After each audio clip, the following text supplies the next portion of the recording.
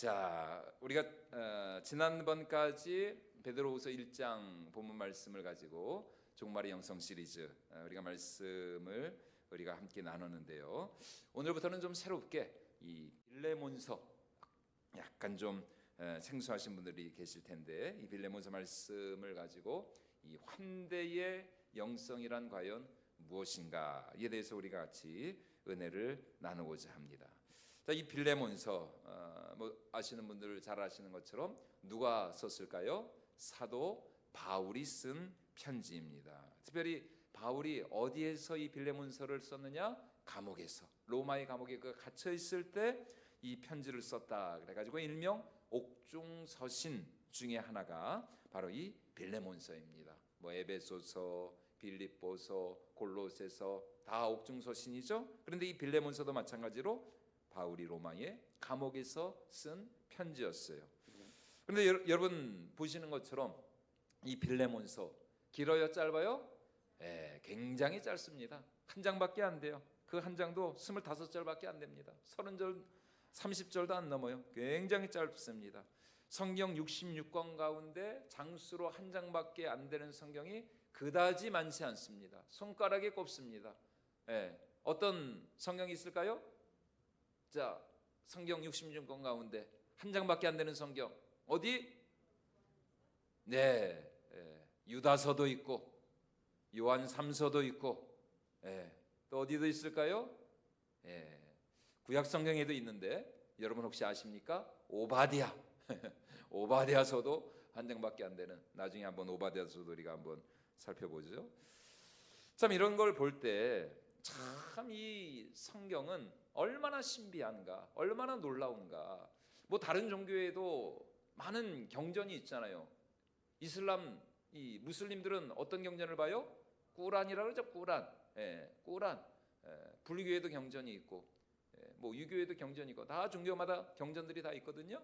그런데 그런 세상의 일반 다른 종교의 경전과는 비교할 수 없는 이 성경의 영광, 이 성경이 하나님의 말씀이라는 증거가 무엇이냐? 그것은 바로 이 성경이 너무나 다양하게, 너무나 다양한 사람들에 의해서 너무나 다양한 표현과 양식과 문체와 역사를 가지고 있다는 것이 바로 이 성경이 하나님의 말씀이라는 진정한 증거라는 것입니다. 여러분 가운데 꾸란을 읽어보신 분이 계신가요? 저도 뭐 꾸란을 읽어본 적은 없는데, 꾸란을 이렇게 유튜브 이렇게 보면은 이렇게, 야, 근데 그거 들을 게 못 되더구만요.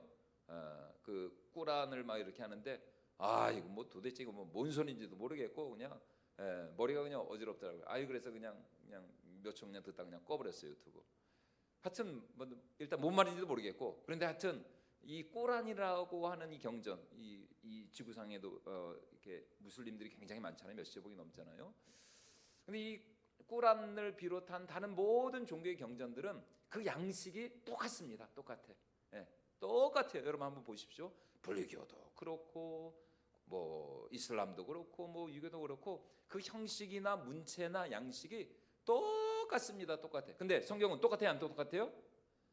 성경은 66권이 똑같지가 않습니다. 역사도 있죠, 시도 있죠, 그리고 또 서신서도 있죠, 편지도 있죠, 복음서도 있죠.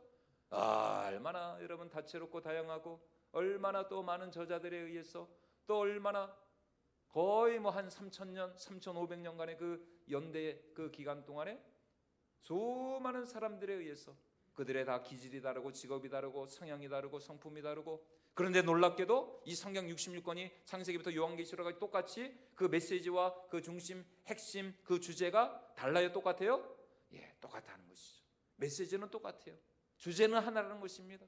여러분, 이것이 성경이 진정한 하나님의 말씀이라는 증거라는 것입니다. 성경은 스스로 이 성경이 하나님의 말씀임을 증거한다는 것입니다. 이게 성경의 자증성이에요. 성경은 스스로 자신이 이 책이 하나님의 말씀이라는 것을 스스로 증명한다는, 뭐 다른 누구의 도움을 필요하지 않다는 것이, 우리가 나중에 뭐 이렇게 교리를 배우게 되면 우리가 다 배우게 되겠지만, 이 성경의 자증성, 성경 자체가 하나님의 말씀임을 증거하고 있다는 것입니다. 얼마나 다채롭고 독특하고 신비한, 그 이유가 무엇인가? 이 성경은 수많은 저자들에 의해서 쓰여졌지만 성경의 원저자는 성령 하나님. 성령의 영감과 감동으로 그 모든 저자들이 감동을 받아서 이 하나님의 말씀을 기록했기 때문에 이 성경이 이렇게 똑같은 동일한 주제로 처음부터 끝까지 기록이 될 수가 있었다라는 사실입니다. 여러분, 이 세상에서도 보면은 시인도 있고 소설가도 있고 논설가도 있고 많은 작가들이 있잖아요. 여러분, 그런 사람들이 가장 고려하는 것 중에 하나가 뭘까요? 이제 여러분 가운데 이제 논문을 또 써보신 분들도, 이런 책을 써보신 분들은 알겠지만 분량입니다. 분량. 분량이 참 중요합니다. 이 분량 맞추는 게, 이 설교도 이게 분량을 맞추는 게 이게 어렵거든요. 이 시간이 제한돼 있으니까 이게 하여튼 이게 분량을 맞추는 게 이게 쉽지가 않아요. 최대한 일정하게 맞추는 글의 형식과 그 분량과 그 내용을 유지하는 게 굉장히 중요합니다. 그래야 이제 좋은 글로 세상에서 인정을 받거든요. 어떤 장은 되게 길고 1장부터 10장까지 있다라고 생각했을 때 어떤 장은 굉장히 길고 어떤 장은 굉장히 짧고 이러면은 별로 그 글의 가치가 별로 떨어져요. 그런데 오히려 성경은 그렇지가 않다는 것이죠. 이 빌레몬서처럼 한 장밖에 없는 성경이 있는가 하면은 또 시편은 또 몇 장이나 됩니까? 150편이나 되잖아요. 150편. 이 빌레몬서 한 장 읽는데 여러분 채 5분도 안 걸립니다. 그런데 시편 1편부터 150편까지 다 읽으려면은 하루도 부족하지 않을까 싶어요. 여러분, 그 이유가 무엇인가? 그것은 바로 이 성경이 성령 하나님의 영감과 감동으로 기록되어져 있기 때문이라는 것입니다. 게다가 성경이 기록한 저자들은 한 사람이 아니었죠. 바울과 같이 정말 대학자들도 있었습니다. 마태와 같은 세리도 있었죠. 누가는 직업이 뭐였을까요? 의사. 그렇죠. 누가는 의사였습니다. 아모스라는 구약 선지자 있었는데 이 아모스라는 이 선지자의 직업은 원래는 목자였어요. 목자. 양을 치다가 하나님으로부터 부름을 받았어요. 사실 모세나 다윗도 목자였죠. 목동이었습니다. 누구 하나 똑같은 어떤 스펙이나 경력이나 이력을 가진 사람이 단 한 사람도 없습니다. 너무나 다양한 사람들에 의해서 너무나 다양한 방식으로 성경이 기록되었어요.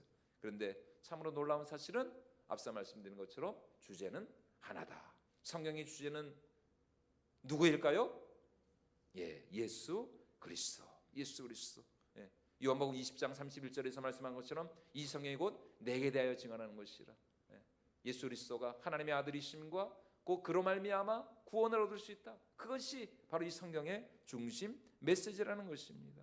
성경 66권을 관통하며 흐르는 주제는 한마디로 말하면 하나님의 은혜요, 하나님의 사랑이요, 하나님의 구원이요, 또 하나님의 생명이신 예수 그리스도. 이것이 바로 성경의 동일한 주제라는 것입니다. 여러분, 오늘 우리도 마찬가지입니다. 이것을 이제 우리 삶에 한번 적용을 시켜보면 여러분 이런 것이죠.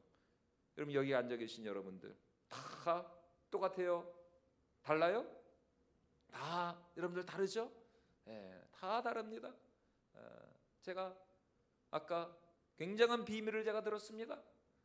지금 여러분들이 10년 전, 20년 전에 비해서 지금 여러분들이 굉장히 예뻐졌다는 거예요. 여러분들의 모습이 굉장히 하여튼 바짝바짝 빛이 나고 굉장히 하여튼 예뻐지고 더 젊어지고 오히려 10년 전, 20년 전보다 여러분, 우리가 다 다르지 않습니까? 다 다릅니다. 다 달라. 우리가 처한 형편이 다르고 또 우리의 상황이 다르고 우리 모든 것이 다 다르죠. 우리가 하나님으로부터 받은 재능과 은사와 달란트도 다 다르죠. 그러나 우리 모든 것이 다 다르지만 그러나 우리를 통해서 또 우리 삶을 통해서 우리 교회를 통해서 무엇이 드러나야 한다? 하나님의 사랑이 드러나요. 하나님의 은혜가 역사해야 되는 것이고 우리를 통해서 누가 영광 받으셔야 될까요? 하나님이 영광 받으시고 하나님의 아들 예수 그리스도가 영광을 받으셔야 할 줄로 믿습니다.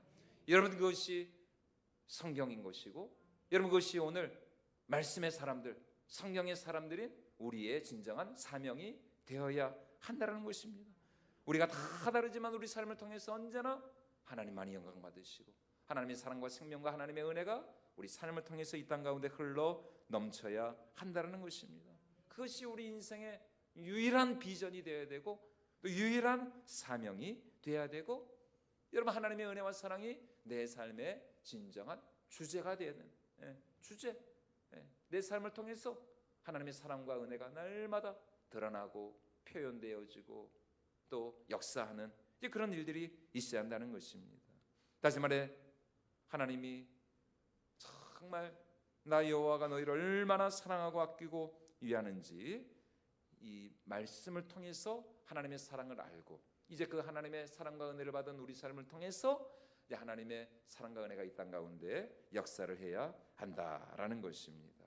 그래서 그 은혜와 사랑을 힘입어서 여러분 정말 2025년 올 한 해도 우리가 어떤 상과 형편 가운데 처하든지 우리의 삶을 통해서 정말 하나님만이 영광 받으시고 또 하나님의 나라가 이 땅 가운데 임할 수 있기를 주님의 이름으로 축원을 드립니다. 다시 말해 예수 그리스도의 복음이란 무엇이냐?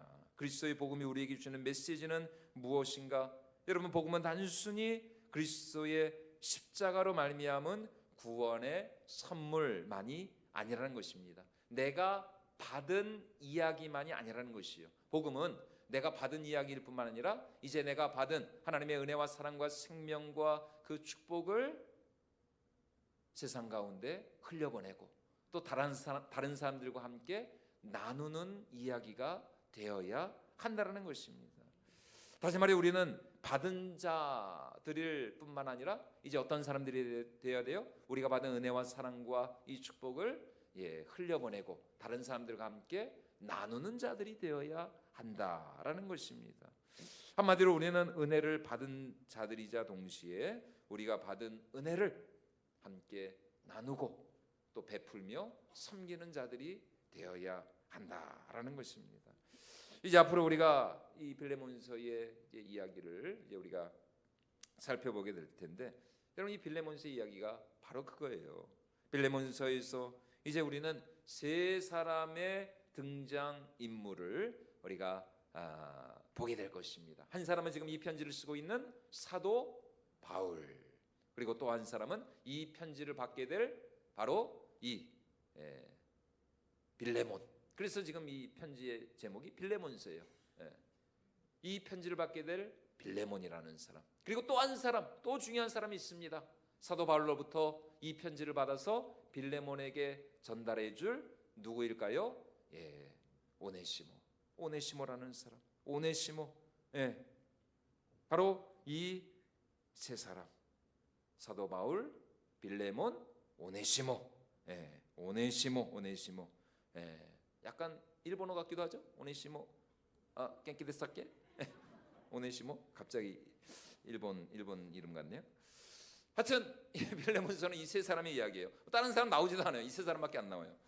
자, 오늘 1절과 2절 우리 두 절 말씀을 같이 한번 다시 읽어보도록 하겠습니다. 그리스도 예수를 위하여 갇힌 자 된 바울과 및 형제 디모데는 우리의 사랑을 받는 자요 동역자인 빌레몬과 자매 아비아와 우리와 함께 병사된 아키포와 내 집에 있는 교회에 편지하노니. 지금 바울은 앞서 말씀드린 것처럼 로마의 감옥에 갇혀 있습니다. 근데 이 로마에서 직선거리로 최소 1500km가 넘는 이 골로새 지방에 살고 있는 빌레몬이라는 사람에게 편지를 쓰고 있어요. 편지의 주된 내용은 뭐냐? 나 바울이 지금 이렇게 감옥에 갇혀 있는 동안 나를 통해서 예수님을 영접하고 또 감옥에 갇힌 나의 수족이 되어서 헌신적으로 아주 충성되이 나의 복음 사역의 동역자가 되어준 이 오네시모를 용서해 주어라. 누가? 빌레몬이. 빌레몬에게 지금 이 오네시모라는 사람을 용서해 주라는 것입니다. 그리고 용서만 할 뿐 아니라 이제 이 오네시모라는 이 사람을 너의 형제로서 또 예수 그리스도 안에서 한 몸 된 형제로서 그를 존중히 여기고 그를 사랑으로 섬기라는 것입니다. 왜냐하면 이 오네시모라는 사람은 본래 어떤 사람이었느냐? 빌레몬의 종이었습니다. 노예였습니다. 노예. 그런데 이 오네시모가 과거, 그러니까 사도 바울을 만나기 전에 이 주인 빌레몬을 좀 잘 섬겼으면 얼마나 좋았겠어요? 그런데 주인 이 빌레몬의 뒤통수를 쳐가지고 이 빌레몬의 집에서 도망을 쳐버렸습니다. 도망노예였어. 도망노예.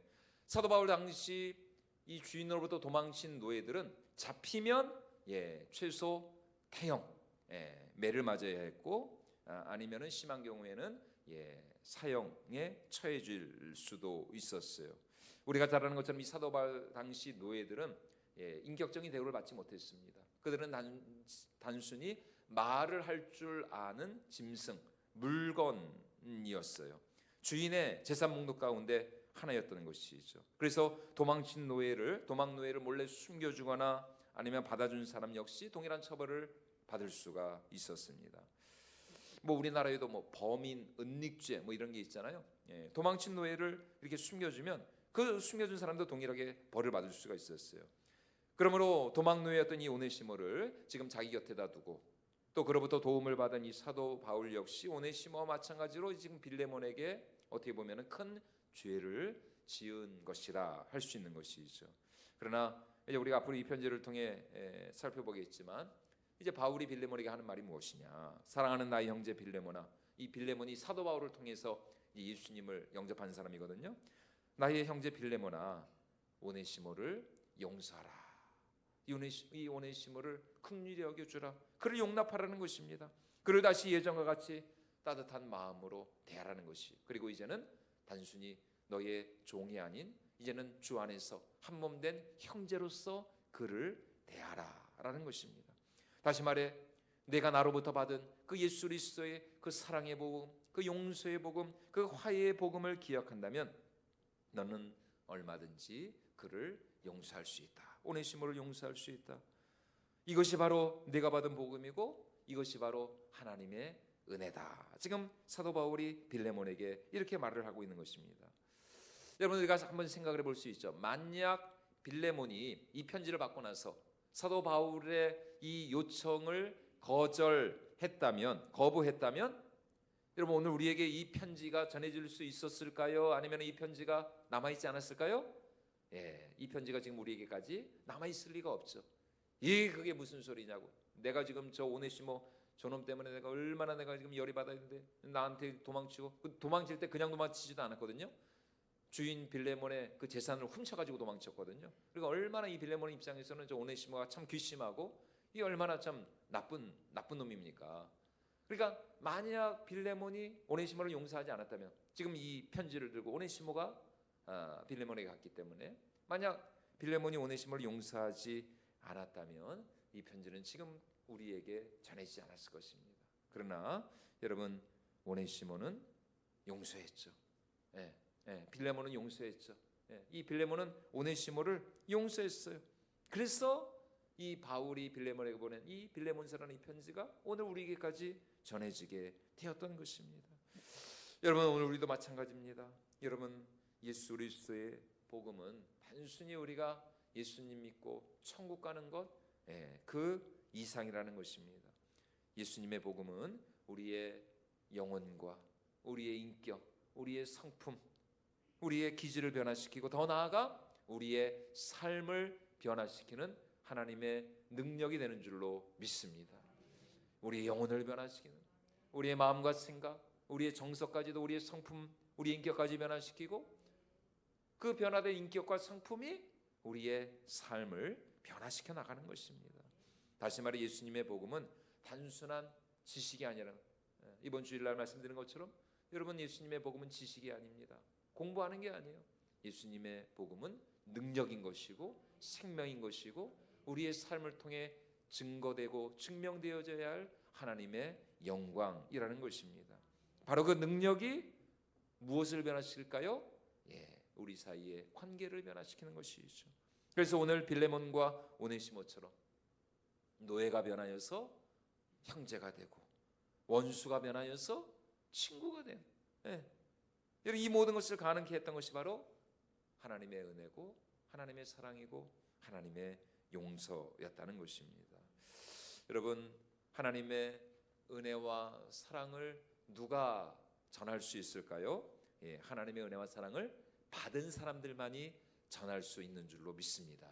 그러니까 우리는 전하기 전에 먼저 뭐 하는 사람들이 돼야 돼요? 받는 사람. 그렇죠? 많이 우리가 받아야 돼요.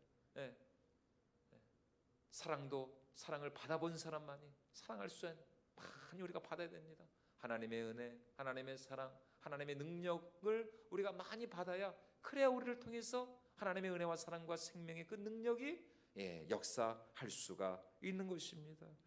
여러분, 인심이 어디서 난다고요? 곳간에서 난다 그랬어요. 인심은 곳간에서. 곳간에서.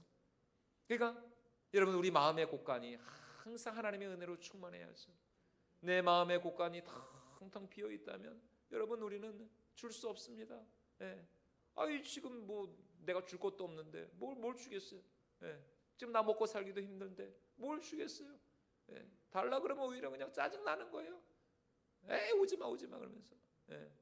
여러분, 우리 마음의 곳간에 하나님의 은혜를 채우고 하나님의 생명을 채우고 또 하나님의 사랑을 채울 때 여러분, 그런 우리를 통해서 하나님의 놀라운 능력이 역사하게 될 줄로 믿습니다. 그러므로 우리는 먼저 무엇에 힘쓰는 자들이 되어야 된다? 받는 일에. 여러분, 기도할 때도 먼저 하나님의 은혜로 충만하게 여러분의 영혼을 충만하게 받으십시오. 하나님 은혜를 주시고, 그러니까 우리가 매일, 우리가 새벽마다, 우리가 매일 날마다 우리가 하나님의 은혜를 위해서 우리가 기도해야 되는 것이고, 여러분, 이 기도의 시간, 예배의 시간은 어떤 시간입니까? 받는 시간이죠. 위로부터. 하지만 하나님의 그 은혜와 그 충만한 사랑을 우리가 받는 시간.